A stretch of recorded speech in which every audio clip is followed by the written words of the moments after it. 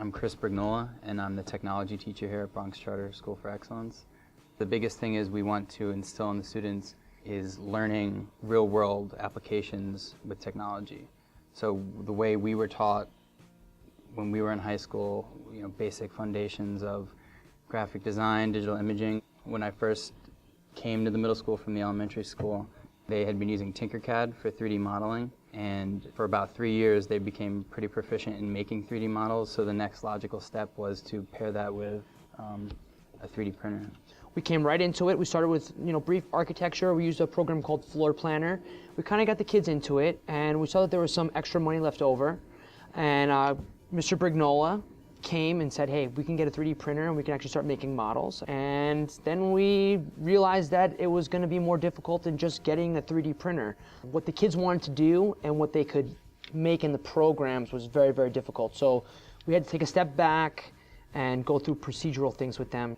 When we started, we would kind of design a project for them, like make a game board piece. So you had to write a narrative, you had to make a game board, and they would do that in art and graphic design. They would make their model. But what we found out is that while they were good at making models, their models were kind of disjointed to what the printer could make. They were too advanced with the computer-aided design without knowing the constraints of the 3D modeling. So what we did this year is we took it a step back.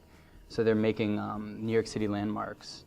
So they're simplifying the process, and they're drawing it in Google Drive first, like cross sections and simple examples of it, then they're building it, and then we check it, and through that process they're kind of learning what a 3D printer can and cannot do.